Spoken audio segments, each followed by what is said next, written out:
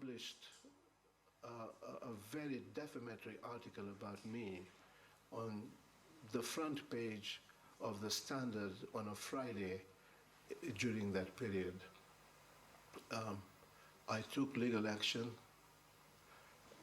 The Standard had made all kinds of allegations, none of which were true, and were proved in the High Court to be completely untrue, unfounded, and malicious. And as a result, the court awarded me judgment, and as part of the judgment, required the Standard to publish an apology on the front page of a paper on a Friday. So that is what you saw last Friday.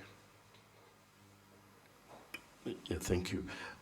The reason why I was asking you is so that an impression is not created that we going to nominate a Chief Justice who is overly sensitive about criticism. And we would like that assurance, because you'll be subject of, if you become CJ, you'll be subject of a lot of criticism, some true, some not true, from papers and from members of public. And you do not want a situation where the Chief Justice uses his coercive means, including the courts, to fight those who are criticizing him. I just want that assurance. You have absolute assurance. This is part of the territory. When you descend into public life and become a public officer, and especially in the position of the Chief Justice, of course you invite scrutiny about yourself. You invite criticism about yourself, and I absolutely have no problems. And as you will notice, there has been a lot said, even recently, in the daily press, in the nation, and 2 big articles about me. I haven't reacted adversely.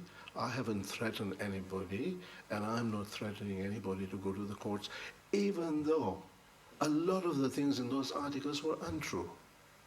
But the Standard went beyond the boundary of genuine scrutiny and went personal and went abusive and were untrue.